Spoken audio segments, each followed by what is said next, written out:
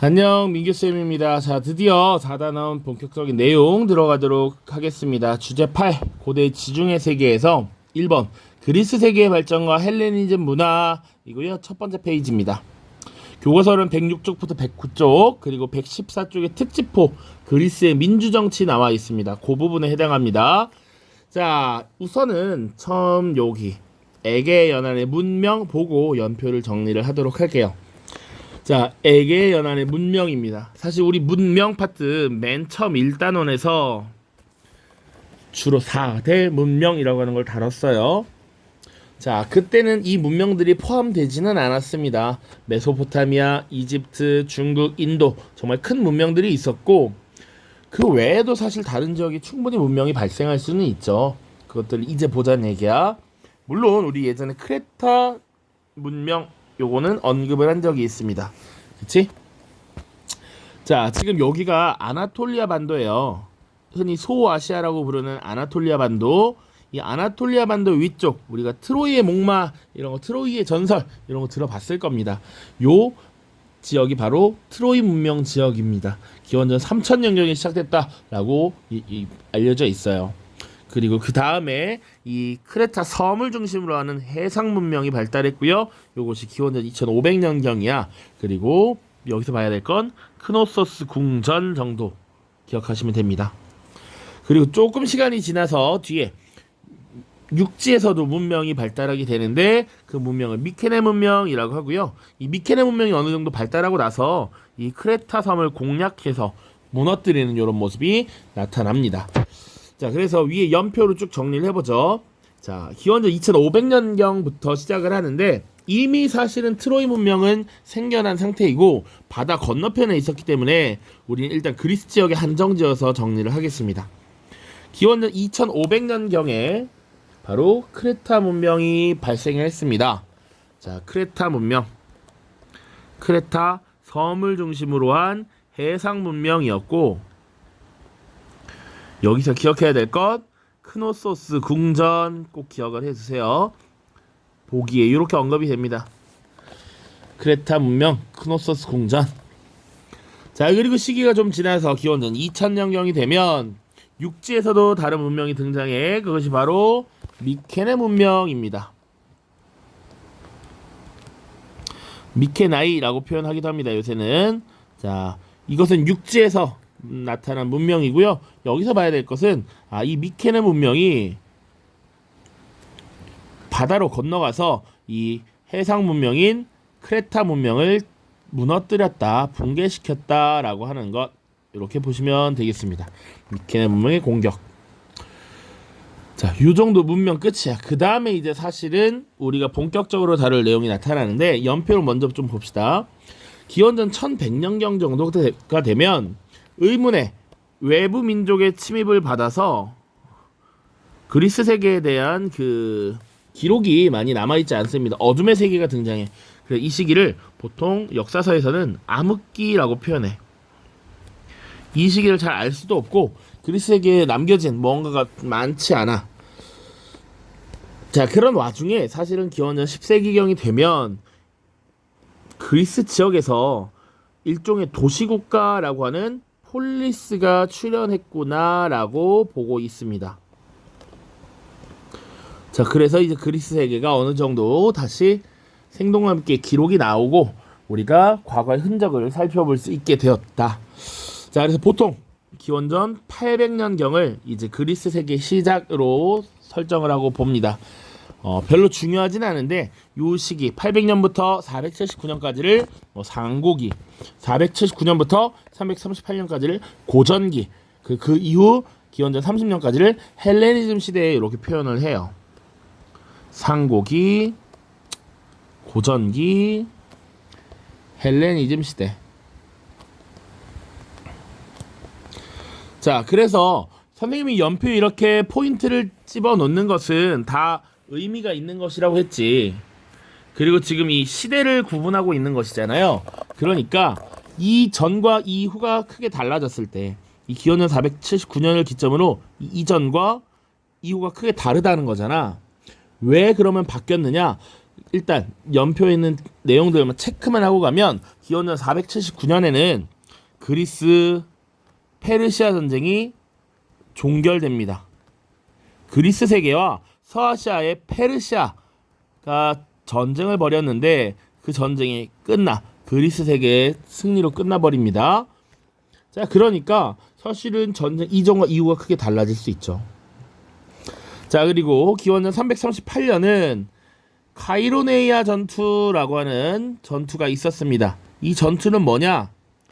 이때는 또 그리스 세계가 분열되어서 당시 알렉산드로스 제국을 건설하는 그 알렉산드로스의 아버지 마케도니아의 필리포스 2세의 공격을 받아서 그리스 세계가 사실상 붕괴하는 지점이야. 그래서 요 시기가 또 중요하다. 이렇게 구분하면 됩니다. 자, 그래서 우리가 살펴보는 부분이 지금 상고기 고전기 헬레니즘 시대에 해당하는 요 기원전 800년부터 기원전 30년까지이고, 그리고 우리가 첫 번째 페이지에서 주로 보는 시기가 요 시기야. 그리스 세계의 반일전 그리고 분열 쇠퇴까지 보는 겁니다. 그 다음 페이지에서 이제 헬레니즘 시대를 다룰 겁니다. 자, 그래서 2번 폴리스의 성립부터 정리를 하도록 하죠. 폴리스라고 하는 것은 일종의 정치 체제입니다. 도시국가입니다. 그러니까 그리스가 산지가 많고 평야가 적다 보니까 통일국가 형성이 어려웠다라는 것이고요. 촌락들이 자신들의 방어를 위해서 주요 거점에 이렇게 사람들이 모여서 살기 시작해. 그것이 하나의 폴리스가 형성이 됐습니다. 자급자족하는 도시국가였다. 그래서 대표적인 폴리스가 바로 아테네라든지 스파르타라든지 혹은 테베라든지 요런 국가들이 있다. 요런 폴리스들이 있었습니다. 사실 더 많았고요. 보통 폴리스는 약 2천여 명 정도가 인구였다고 해요. 근데 지금 말씀드린 이 아테네, 스파르타, 테베 같은 폴리스가 예외적으로 지금 인구가 많았다라고 하는 게 특징입니다. 그래서 이들을 중점적으로 살펴보는 것이다. 자, 폴리스들은 그럼 어떻게 구성되어 있느냐? 일단 종교와 군사의 거점이었던 아크로폴리스라고 하는 것이 있었고요. 그리고 집회, 광장에서 토론을 열고 아니면 시장이 형성되는 아고라라고 하는 것이 있었다. 그래서 옛날 인터넷 포털 다음에 커뮤니티가 형성되는 그것을 아고라라고 표현을 한 적이 있어요. 정치 얘기를 주로 많이 했던 곳입니다. 자, 그 다음 특징 보시면 이 그리스 세계의 폴리스들은 서로 다른 도시국가임에도 불구하고 나름의 동족의식이 있었어. 우린 서로 다른 폴리스지만 사실은 다 같은 민족들이야. 같은 우리 동족이야 라는 거야. 자, 신이었던 헬렌의 자손이라는 의미입니다. 우린 모두 신이었던 헬렌의 자손이야 라고 지금 보고 있는 것. 자, 그리고 이들끼리 동족의식을 다지고 유대감을 높이기 위해서 올림피아 제전을 개최합니다. 오늘날 올림픽이 기원이라고 할 수 있겠죠? 그치? 그래서 4년에 한 번씩 올림픽을 치를 때 성화를 어디서 갖고 온다? 그리스에서 갖고 온다. 그 이유는 이 그리스의 올림피아 제전으로부터 영향을 받은 것이기 때문에. 자, 됐죠? 그러면 대표적인 폴리스 아테네부터 살펴보도록 하겠습니다. 자, 우리 아테네라고 하는 폴리스는 민주정치의 발전 과정을 쭉 봐야 되는데, 당시 이 민주정치의 발전 과정에서 등장하는 이 인물들을 잘 살펴봐야 합니다. 자, 그래서 인물들이 복잡할 수도 있기 때문에 앞 글자를 따서 일단은 솔, 페, 클페 이렇게 외워두세요. 솔론, 페이시스트라토스, 클레이스테네스, 페리클레스입니다. 자, 그래서 발전 과정 보도록 할게요. 첫 번째 귀족정입니다. 정치 형태가 이렇게 바뀌었다는 거야. 처음에는 귀족들을 중심으로 정치가 이루어졌다라는 것이지. 왜냐면 사실은 국가에 기여하는 정도에 따라 국가에서의 역할, 참정권을 얻는 것이 당시 국룰이었어. 그러니까 유독 전쟁을 치러도 아니면 국가를 운영하는 데도 돈이 필요한데 그것에 많은 기여를 하는 것이 사실은 귀족들이었다. 귀족들을 중심으로 정치적 실권이 많이 나타났고요. 그런데 이 그리스 지역의 폴리스들은 특히 아테네가 이 바닷가 지역에 위치해 있는데 경제적 이익을 위해서 사실은 이렇게 바다 건너 넘어가서 일종의 식민 도시를 건설했습니다. 그래서 경제력을 많이 향상시키게 되는데 이 과정에서 상공업이 발전을 많이 했고요.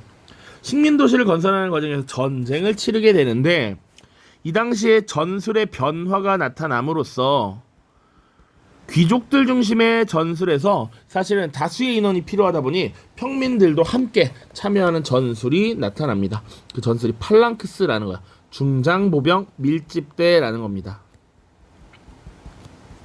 이런 전술이 사용되면서 지금 평민의 전쟁 참여가 높아졌고 평민의 권한이 그리고 발언권이 점점 강해지고 있었다. 이 과정에서 귀족과 평민들이 대립을 하기 시작합니다. 자, 이런 대립을 조정하고 평민의 권한을 나름 높여주려고 했던 인물이 솔론입니다. 아까 솔페, 클페의 첫 번째야. 그래서 귀족과 평민의 대립을 조정하려고 했다라고 해서 조정자라는 이름이 붙었고요. 솔론 시대의 정치 형태를 재산에 따라 차등적으로 정치권을 부여했다 그래서 금권정이라고 합니다. 돈을 가진 정도에 따라 참정권이 달리 부여되었기 때문이야. 자, 그래서 재산에 따라 시민을 4등급으로 구분을 했습니다. 재산에 따라야 기준 재산. 자, 그렇다 보니 참정권을 차등적으로 분배를 한 것이다. 그래서 일단 평민들이 정치를 하는 것도 귀족은 마음에 안 들고 평민들은 자신이 기여하는 것만큼 뭔가 권한을 얻지 못하는 것 같아서 불만을 가지게 돼요. 귀족과 평민 모두가 불만을 가졌다. 또 혹시나 싶어서 조금 더 언급하면 솔론과 관련해서 돈을 빌리고 갚지 못하는 채무 노예들이 많았습니다. 돈을 못 갚으면 노예가 되는 거야. 그런데 이런 걸 금지시켜버려. 기존에 있었던 채무 노예들을 다 해방시켜주고요. 앞으로 돈을 못 갚는다고 해서 노예로 삼는 일은 하지 말아라 라고 했습니다. 또 뒤에 클레이스테네스와 구분하기 위해서 400인회라고 하는 민회를 개최했다. 400인회까지 기억을 해 두십시오. 자, 아무튼 지금 귀족과 평민들이 매우 불만스러운 상태야. 이러한 모습들을 잘 캐치하고 당시 무력으로 권력을 뺏은 뒤에 평민들의 지지를 얻은 참주가 등장합니다. 여기서 참주란 독재자라는 의미야. 자, 그래서 당시 페이시스트라토스라고 하는 인물이 무력으로 정권을 빼앗고요. 그리고 농민들의 지지를 얻을 만한 정책들을 막 내므로써 농민들의 지지를 얻습니다. 자, 뭐 예를 들면 뭐 그런 것들이야. 뭐 귀족들의 권력을 제한하고 농민들의 권한을 지켜주었고요. 뭐 농업을 장려한다든지 각종 축제를 연다든지 인기를 끌 수 있는 이런 것들을 많이 펼쳤습니다. 이런 페이시스트라토스가 오늘날 포퓰리스트의 상징적인 모습이다라고 볼 수도 있었습니다. 자, 그렇게 보시면 되고요. 그 다음 민주정으로 넘어갈 겁니다. 민주정. 자, 우리가 흔히 민주라고 하는 것은 시민, 국민이 주권자다, 주인이다라는 것이잖아. 이런 것들을 마련했던 두 인물이 있습니다. 요 두 인물을 아는 것이 가장 중요합니다. 출제가 많이 된 부분이기도 하고요. 첫 번째 클레이스테네스, 두 번째 페리클레스가 있습니다. 첫 번째 클레이스테네스부터 보죠. 자, 클레이스테네스는 민주정의 기초를 마련했다라고 되어 있어요. 기초를 어떻게 마련했느냐? 자, 부족제를 우선 개편합니다. 부족제를 개편. 이것도 그냥 선지에 부족제를 개편했다 이렇게 등장해. 어떻게 개편했냐면 혈연적 중심의 부족제를 거주지 중심의 행정적 성격 부족제로 바꾸었습니다. 자, 일반 시민들이 정치에 참여를 해. 그러면 자신이 속한 이 혈연적 부족에 따라서 무언가 이익을 얻고자 한단 말이야. 이런 정치적 이해관계를 해소했다라고 보시면 돼. 이제 거주지를 중심으로 다 바꿔버림으로써 기존의 부족 세력들을 다 찢고 서로 잘 모르는 사람끼리 부족을 만들어놔. 그러다 보니 이 기존의 우리 가족, 우리 부족의 정치적 이해관계가 많이 사라지는 이런 모습이 있다. 그리고 이렇게 개편한 부족제를 바탕으로 500인 평의회라고 하는 평민회를 설치합니다. 그래서 이 일반 시민들이 여기 와서 정치적인 입장, 의견을 제시하거나 투표하거나 할 수 있는 것이죠. 또 참주의 출현을 방지하기 위해서 도편 추방제를 도입했습니다. 자, 도편이라는 건 도자기 조각이야. 도자기 조각에 여기다가 이름을 써서 내는 겁니다. 독재자, 참주가 될 수도 있겠다라고 해서 우리 그리스 아테네 세계에서 추방해야 될 인물 누구 이름을 적어내는 거야. 그래서 다수의 표를 얻게 되면 10년간 추방이 되는 이런 모습이 나타납니다. 자, 지금 클레이스테네스 봤어요. 민주정의 기초를 마련했다. 기존의 부족적 성격의 혈연적 성격의 부족제를 행정적 성격의 부족제로 바꿨다. 자, 그리고 이 중간에 사실은 하나의 정치적 사건이 또 등장합니다. 뭘 봐야 되느냐? 그리스 페르시아 전쟁이 이때 벌어졌고요.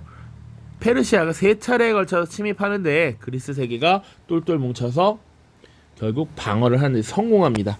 중요한 건 이 과정에서 아테네가 그리스 세계의 리더로 성장한다는 거야. 당시 델로스 동맹이라고 하는 동맹을 결성했는데 이 델로스 동맹의 맹주로서 성장합니다. 그리고 그리스 세계를 주도하게 되는 것이지. 자, 그리고 이 델로스 동맹의 기금이 있었는데 이 기금이 결국 아테네를 위해서 이제 쓰이게 됩니다. 그거 같이 볼게요. 자, 페리클레스라고 하면 민주정의 완성인데 민회의 권한을 강화했습니다. 모든 성인 남성들이 참여할 수 있도록 지금 민회를 구성해. 그래서 이 민회가 실질적인 입법권을 행사하도록 합니다. 근데 문제는 뭐냐면 모든 사람들의 경제적 형편이 다 비슷하거나 다 부유하지 않아. 정치를 국회의원으로 일하려면 원래 생업을 포기해야 되잖아. 그러니까 지금 민회에 참여해도 생업의 걱정이 없을 수 있도록 민회에 참여하면 수당을 지급합니다. 그것이 수상제이고요. 그리고 주요 관직, 배심원을 추첨으로 선출하는 추첨제를 도입합니다. 특정 관직을 누군가가 독점하면서 권리를 다 가져가는 것을 막기 위해서요. 근데 예외적인 것이 있습니다. 특수직은 제외돼. 예를 들면 장군과 같은 전문직들 있지. 아무나 갑자기 군대를 지휘할 수 없죠. 이런 것들은 나름의 노하우가 계속 축적되어야 하는 부분이야. 이런 특수직을 제외하고는 모든 관직과 배심원들을 추첨으로 선출하도록 했다. 이게 페리클레스 시대입니다. 그러나 나름 모든 성인 남성이 참정권을 얻도록 했음에도 불구하고 한계는 여성들, 외국인들, 노예에게는 참정권을 부여하지 않았다라는 거. 요것도 중요한 부분이죠. 이 아테네의 직접 민주정치 한계입니다. 여성, 외국인, 노예에게는 참정권을 부여하지 않았다. 그리고 또 페리클레스는요, 이 수당제라고 하는 것을 시행할 때 그러면 지금 아테네라고 하는 도시국가 폴리스에서 돈을 많이 내야 되잖아. 돈을 직접 줘야 되잖아, 정부에서. 그때 이 델로스 동맹의 기금을 이용합니다. 그러니까 반발을 많이 사죠. 그런 와중에도 파르테논 신전을 건립해서 이 아테네의 이런 독재적 경향, 독주하는 이런 모습들을 미화하려고 시도합니다. 요게 페리클레스 때다. 조금 더 나아가면 페리클레스 시대에는 페리클레스 말기에 이제 반아테네 동맹이 형성돼. 그래서 이 아테네를 중심으로 하는 델로스 동맹과 스파르타를 중심으로 결성된 반아테네 아테네 동맹, 펠로폰네소스 동맹이 있는데 이 전쟁이 시작되는 그때 이 페리클레스가 딱 연설 하나 때리고 곧 죽어요. 그래서 페리클레스라고 하면 이 펠로폰네소스 전쟁의 시작 부분이라고 생각을 해도 좋습니다. 자, 그 다음 이제 스파르타 보겠습니다. 스파르타. 그리스 세계와 아테네를 중심으로 하는 이 델로스 동맹과 스파르타를 중심으로 하는 펠로폰네소스의 동맹은 다음 페이지에 또 내용이 있어요. 자, 스파르타 먼저 보겠습니다. 자, 도리스인들이 펠로폰네소스 반도의 원주민을 정복하고 성립한 것이 스파르타라는 폴리스입니다. 여기 펠로폰네소스 반도 보이죠? 자, 이 지역에 지금 도리스인이 침략을 해와서 원주민들을 정복하고 성립시킨 폴리스가 바로 스파르타다. 자, 그런데 소수의 도리스인이 지금 다수의 피정복민 원주민들을 통제해야 됐기 때문에 강력한 군국주의를 채택할 수밖에 없었습니다. 군국주의란 군인들이 생활하는 그런 모습들을 그대로 하는 거야. 명령, 복종 이런 것들을 강조하는 것이고, 집단 생활, 국가를 위해서 개인이 존재한다 이런 것들 계속 주입시키는 것입니다.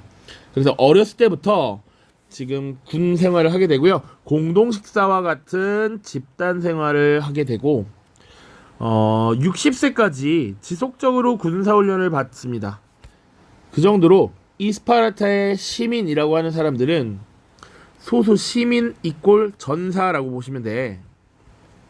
이들이 강력한 시민 통제를 해야 했다. 자, 그래서 그들이 억압하는 피지배층은 어떻게 구성되어 있었느냐? 반자유민인 페리오이코이가 있었고요. 이들은 상공업에 종사하고, 그리고 예속농민, 아예 가장 하층민이 헤일로타이라고 하는 존재입니다. 자, 그래서 오른쪽에 이 인구 구성비를 보시면 스파르타의 시민, 성인 남성이야. 시민 이꼴 전사라 그래서 소수입니다.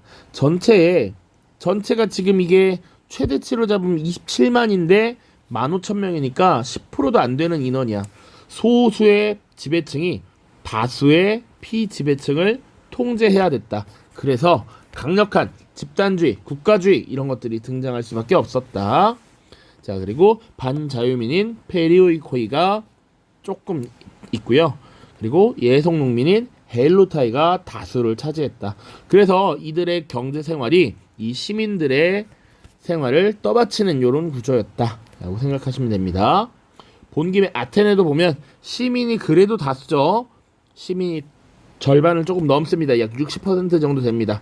자, 그리고 노예, 외국인들이 이렇게 있었다.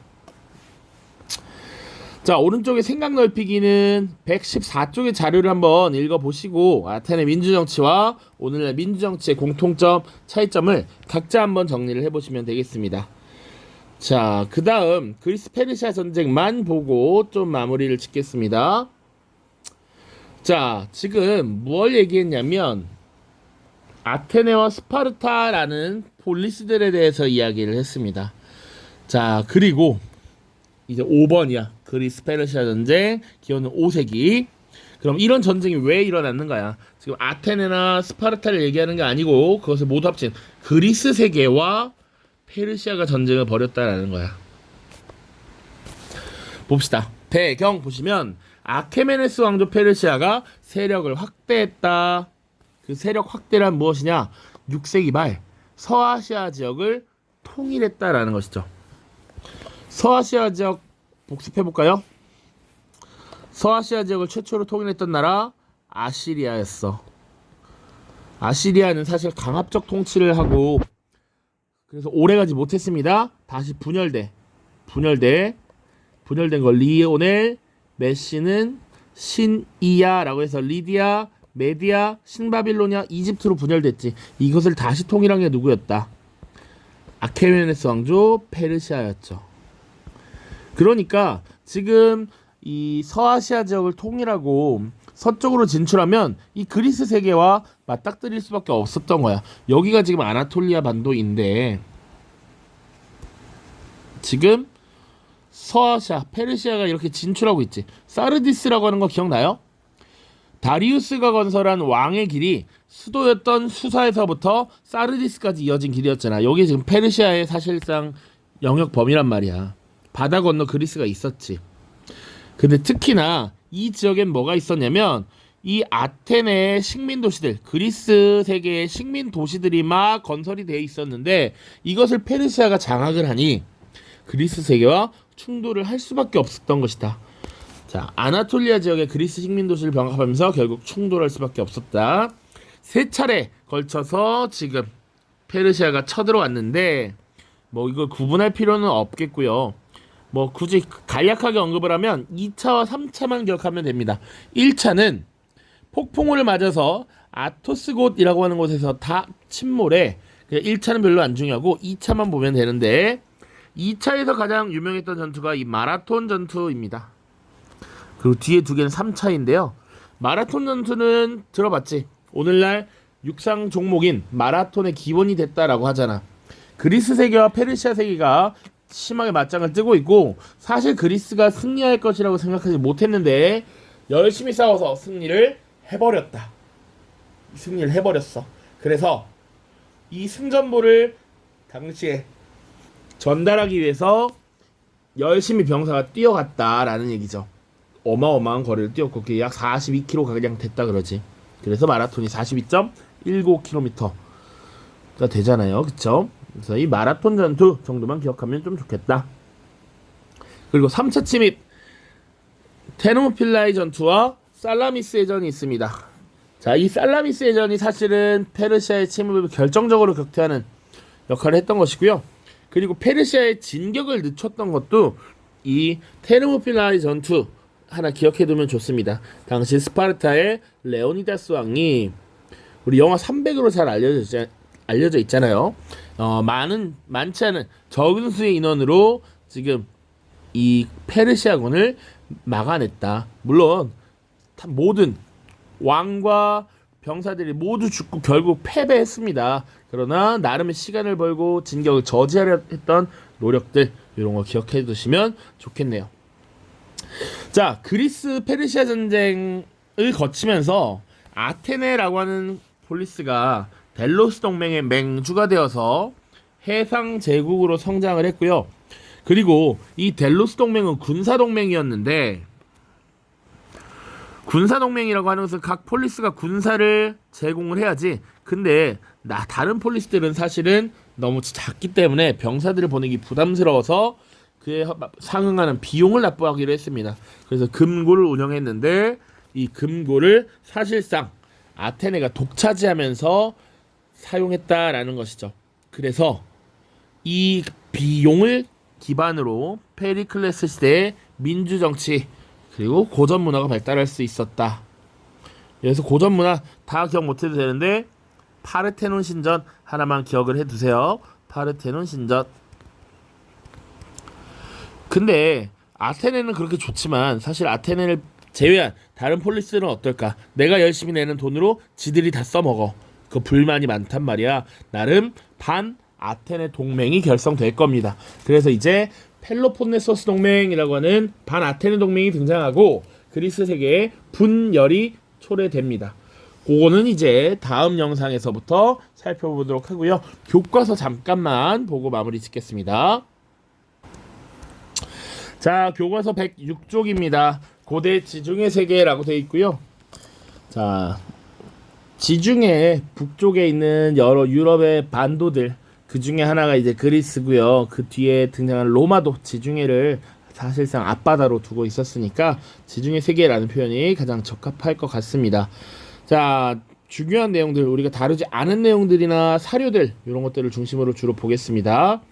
폴리스의 성립 이야기 많이 했고요. 그리스인들은 독립적인 폴리스로 나뉘어 생활했지만 같은 신을 믿고 같은 언어를 사용하여 동족의식이 강했습니다. 스스로를 그래서 헬렌의 자손이라고 하는 헬레네스라고 표현을 했다. 이런 얘기 했습니다.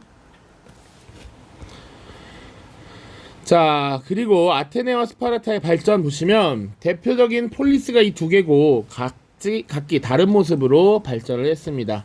아테네는 초기에는 귀족들이 경제와 군사를 지배하면서 정치적 실권을 장악했지만 상공업이 발전하면서 부유한 평민들이 중장보병 밀집대에 주력으로 전쟁에 참여를 했고요. 점차 정치 발언권을 강화하면서 대립을 했습니다. 자, 지금 보면 요 내용이 사실 선생님 교과서에 추가로 서술이 되어 있는 부분인데 각 폴리스에서 이 팔랑크스라고 하는 중장보병 밀집대가 팔랑크스예요.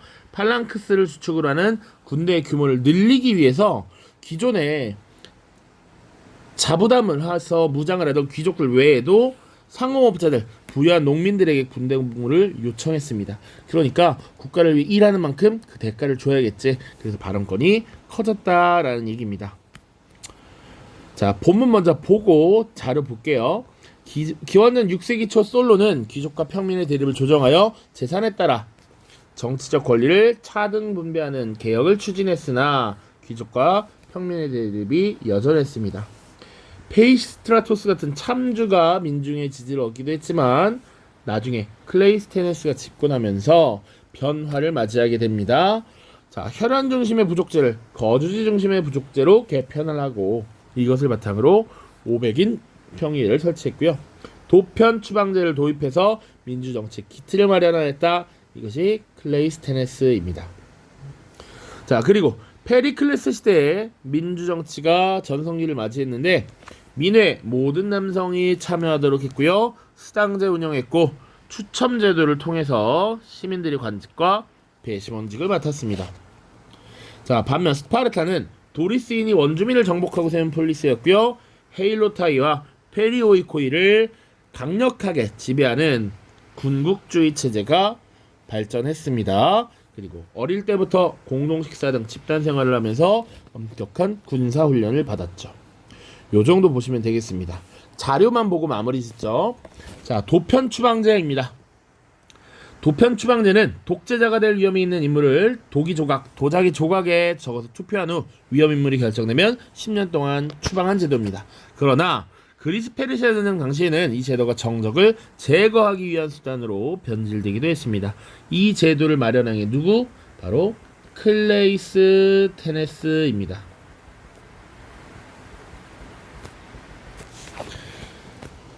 자, 그리고 아테네 민주정치의 특징입니다. 자, 페리클레스가 전몰자를 위한 연설자로 지명되어 다음과 같이 말했습니다. 우리의 정치제도를 민주정치라고 합니다. 왜냐하면 소수의 특권계급이 아니라 시민의 손으로 통치하기 때문입니다. 어떤 사람이 국가에 봉사할 능력이 있다면 그가 가난하다고 해서 정치에서 소외되지 않습니다. 이것을 위해서 소외되지 않게 하기 위해서 시행한 제도 수당제 있죠. 수당제.